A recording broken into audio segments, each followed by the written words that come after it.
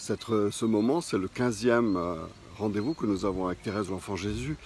Et je voudrais dire, sous forme d'une première conclusion, pourquoi est-ce que Thérèse de l'Enfant Jésus me paraît si importante? Pourquoi est-ce qu'elle a été déclarée docteur de l'Église? Vous savez, dans l'Église catholique, au cours de sa longue histoire, il y a toujours eu deux courants qui se sont croisés, qui se sont rebellés, qui se sont querellés, qui ont pris le pouvoir l'un contre l'autre. J'allais dire, il y a le courant de la sainteté réservé à une élite et aux grands saints, et un courant plus simple, plus humble, en disant que c'était vers les plus humbles et les plus petits que le Seigneur regardait en priorité. Thérèse de l'Enfant Jésus, au XIXe siècle, malgré sa jeunesse, ou peut-être à cause de sa jeunesse, malgré le peu de temps qu'elle ait vécu dans son Carmel, et j'allais dire aussi malgré le peu de formation biblique, théologique, christologique qu'elle avait reçue, elle a pu faire une synthèse de tout cela.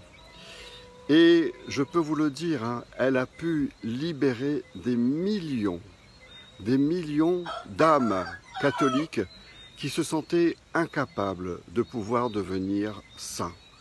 Des millions de frères et de sœurs qui croyaient que la sainteté, ce n'était pas pour eux, mais alors pas du tout. Thérèse leur offre, en peu de mots et avec des mots simples, des mots directs, Thérèse leur offre la capacité de se tourner vers Jésus avec leur simplicité, leur humilité, leur pauvreté, et surtout aussi avec une vie qui apparemment n'était pas une vie de grande mystique, mais une vie quotidienne.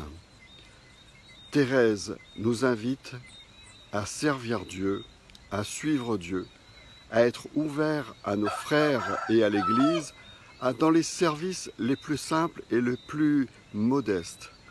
Je ne sais pas si vous le savez, elle était très malade à la fin de sa vie, dans la dernière année, et un jour, debout, dans l'infirmerie, elle se met à se baisser pour ramasser une épingle, et la sœur infirmière lui dit « Mais ma sœur, qu'est-ce que vous faites ?» Et elle dit « Je ramasse une épingle pour aider un missionnaire bien au loin. » Voilà, dans les toutes petites choses, Thérèse nous montre que nous pouvons être en communion avec les autres.